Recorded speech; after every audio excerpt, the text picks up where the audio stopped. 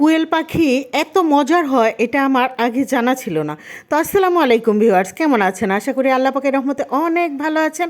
আলহামদুলিল্লাহ আমরাও ভালো আছি। প্রতিদিনের মতো আরেকটা ডেইলি ব্লগ নিয়ে চলে আসলাম। তো এটা হচ্ছে সিলেটের দ্বিতীয় দিন। সিলেটের দ্বিতীয় দিন কী কী করলাম তা আপনাদের সাথে একটু শেয়ার করি।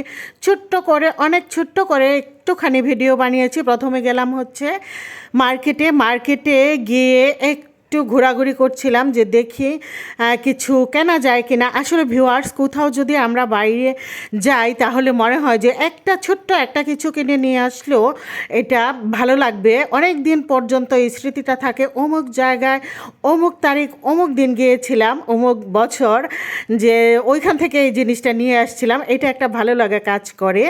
তারপর মার্কেটটা সুন্দর ছিল, যাই হোক ভালো, মার্কেটের জিনিসপত্রগুলো খুবই ভালো লাগছে আমার। তারপর হচ্ছে চলে আসলাম পাঁচ ভাই হোটেলে খাওয়ার জন্য। তো সিলেটের আশেপাশে যতগুলো হোটেল আছে আমার মনে হয় আমি অনেক হোটেলেই খেয়েছি, অনেকবার গিয়েছি।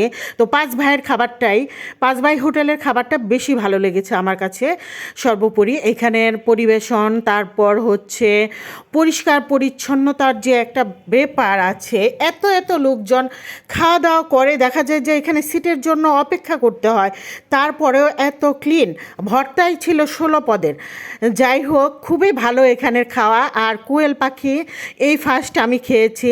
কোয়েল পাখিটা যে এত মজার ছিল, এই প্রথম খেয়েছি, মাশাল্লাহ অনেক ভালো লেগেছে, অনেক মজা ছিল। তারপর খাওয়া দাওয়া শেষ করে দুইজন হচ্ছে একটা দই নিলাম, আর ভর্তা আর ডালের সাথে কি যে মজা লেগেছে। এতগুলো ভর্তা ভাজি আইটেম দিয়ে ভাত খেতে আসলে বাইরে গেলে একটু ভর্তা না হলে হয়ই না। অন্য যাই নেই, সাথে একটু ভর্তা ডাল, কেন জানি বাইরে গেলে আমার এই জিনিসটা বেশি ভালো লাগে। মাছ মাংসের সাথে একটু ভর্তা ডাল, এটা ভীষণ মজা। তো তারপর দই খেয়ে নিচ্ছি, দইটাও ভীষণ মজার ছিল। তো এত বৃষ্টি ছিল, মানে গেলাম আর তারপর থেকে ছাতা কিনতে হয়েছে দুইজনের জন্য দুইটা। আর বৃষ্টি, মুষলধারে বৃষ্টি, ঢাকা থেকে বেশি বৃষ্টি হয়েছে সিলেটে। তারপর হচ্ছে এই যে পরদিন সকালবেলা নাস্তা করে আমরা ঢাকার উদ্দেশ্যে রওনা দিয়েছি। আজকের ভিডিওটা খুবই ছোট্ট করে বানিয়েছি।